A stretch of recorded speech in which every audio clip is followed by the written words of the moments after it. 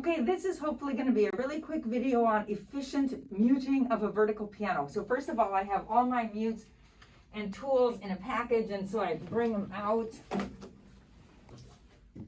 And I'm going to put by the treble. The mute strip that I use is actually garage door or window weather stripping. I've taken this end and tapered it a little bit. So when I put it into this section where there's less clearance, I've got it tapered a little bit. Now sometimes you can't put it clear in the end, but I always try. So what I'm doing is sliding with the hand, making a loop, pushing. Sliding with the hand, making a loop, pushing it in. And then, foot on the pedal to lift the damper pedals. Lift the dampers. Foot on the pedal to lift the dampers.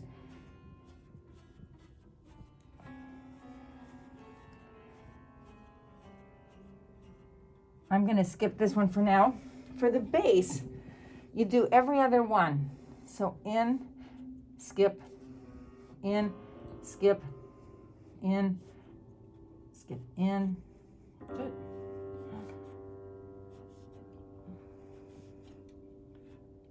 So now for the efficiency part of it, I'm grabbing my tuning hammer.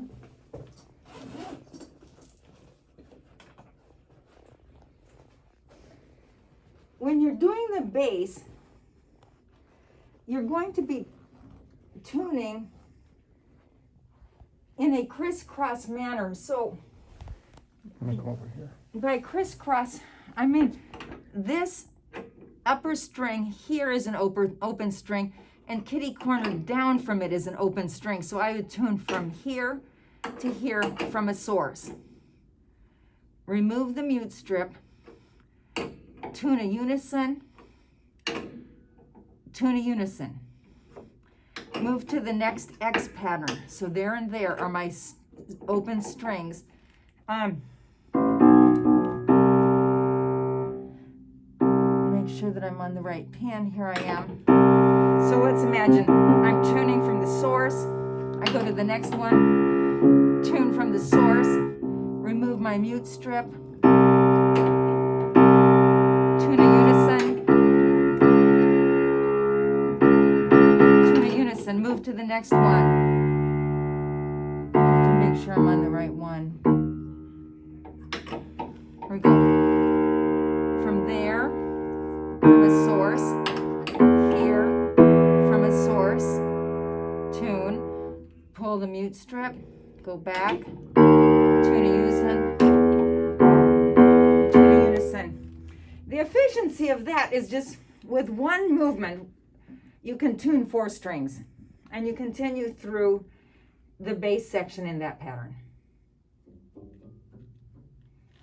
All right, so we are now going to be tuning the middle section. You will tune the middle string from a source. You're either going to be tuning from an interval orally, or in my case, I'm going to tune this with the RCT. Then I pull the mute out, tune the unison, go to the next middle string, tune the next middle string up from the source, pull the mute, tune the last string of the unison below, the left string of this unison, the middle string to a source,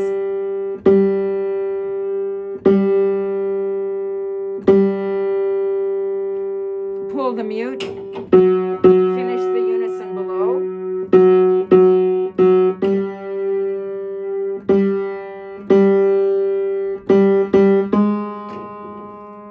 next to a source. And you just continue doing that, and again with very little motion you can tune many strings. So now we're in a section that a lot of people find challenging to mute on the vertical piano because we don't have much space and we've got these dampers, and so I'm going to be using this Pabst mute. So you cannot have the mute right next to the note you're tuning. So I cannot have it here or the shank is going to collide with the mute. So I'm going to move this mute over by 1. I have it below the hammer and just above the damper, and it's just isolating the middle string. So at this point, I tune the middle string to a source. You're either going to be tuning it from an oral source, or you can use your electronic tuning device source. Now on this, I'm going to now, this is the only one that's a little bit tricky, but I can usually, if I'm just 1 over, get this wedged between the strut and the string. And I'm now going to be tuning the right hand string. I am going to move the mute, so now I tune the left hand string. This isn't about tuning, so don't judge my unisons. Then, at this point, now that you've done this one, you can move about 4 or 5 over and come in from an angle. Middle to the source.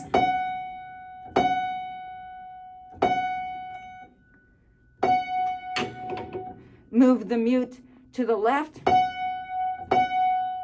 Tune the right. Move the mute to the right. Tune the left string. Next. Middle.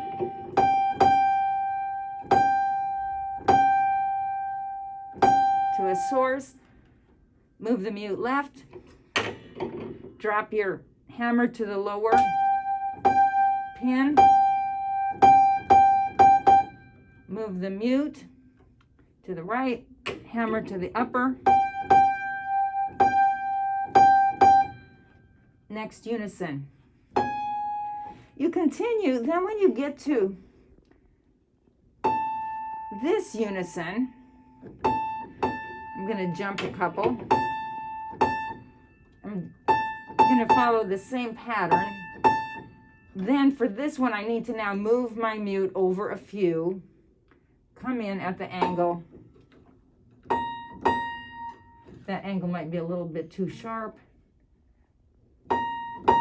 And now I can continue tuning with this system. And the thing I like about this is there's absolutely no way of injuring the dampers with this system. And it's really quite efficient.